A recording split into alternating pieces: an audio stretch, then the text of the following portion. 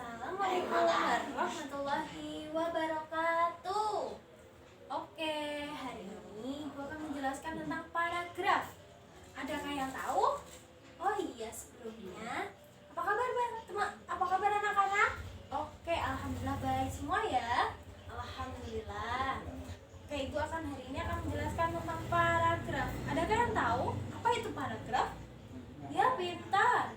Paragraf adalah serangkaian kalimat yang bertujuan untuk saling membuat sebuah ide atau gagasan baru ya, yang saling berhubungan, menjelaskan satu pokok pikiran, terus sebagai pengendalinya, gitu ya, paham?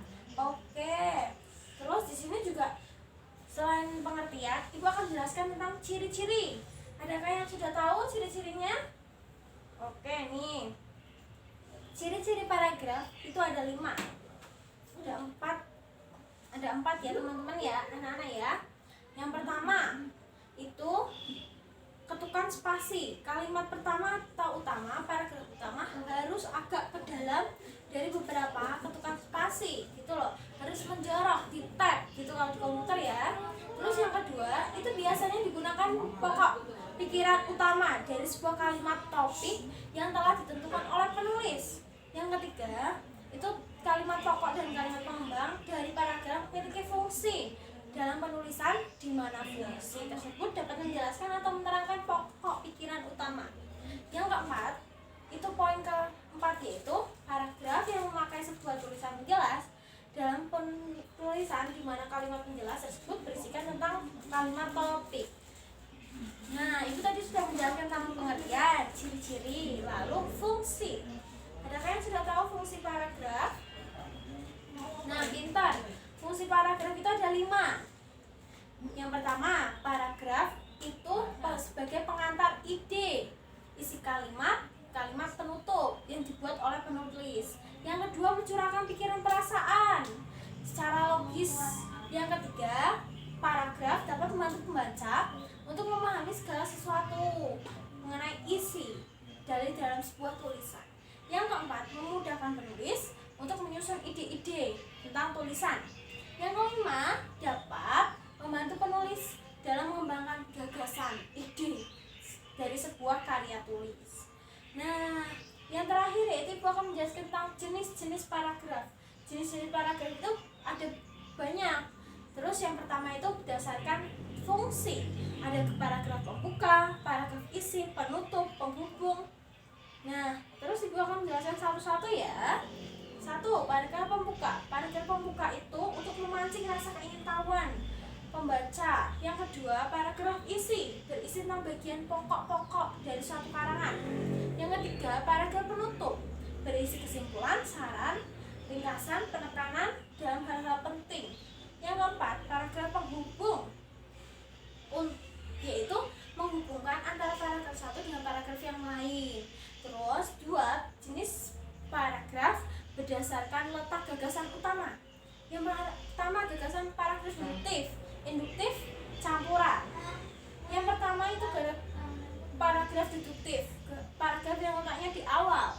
Yang kedua, induktif itu di akhir paragraf.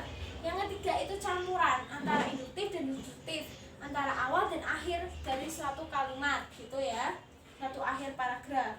Terus berdasarkan isinya itu paragraf eksposisi.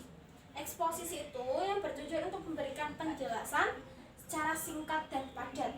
Contohnya ini kegiatan TNI tanggal 72 5 Oktober 2017 di lapangan Belang Padang, Banda Aceh. Semua warga turut hadir menyaksikan serangkaian tersebut. Pada ulang tahun TNI itu berbagai ragam acara seperti drum band, tari saman, dan acara lain. Yang kedua, paragraf deskripsi. Paragraf deskripsi adalah suatu kalimat yang memaparkan isi gambaran suatu keadaan, sebuah peristiwa dari dalam bentuk tulisan. Contohnya, saat ibuku membuat brownies coklat, tidakkan untukku, aku akan memakannya. Baunya manis sekali, rasanya manis, aku sudah mencobanya. Lidahku bergoyang-goyang saat aku makannya. Sungguh ibuku sangat pandai sekali membuat brownies coklat itu. Yang ketiga, paragraf persuasi. persuasi. Persuasi adalah dimana isinya mempengaruhi bujukan pembaca untuk tertarik kepada gagasan yang dibuatnya. Contohnya membaca memang merupakan faktor penting dalam penguasaan bagi ilmu pengetahuan titik.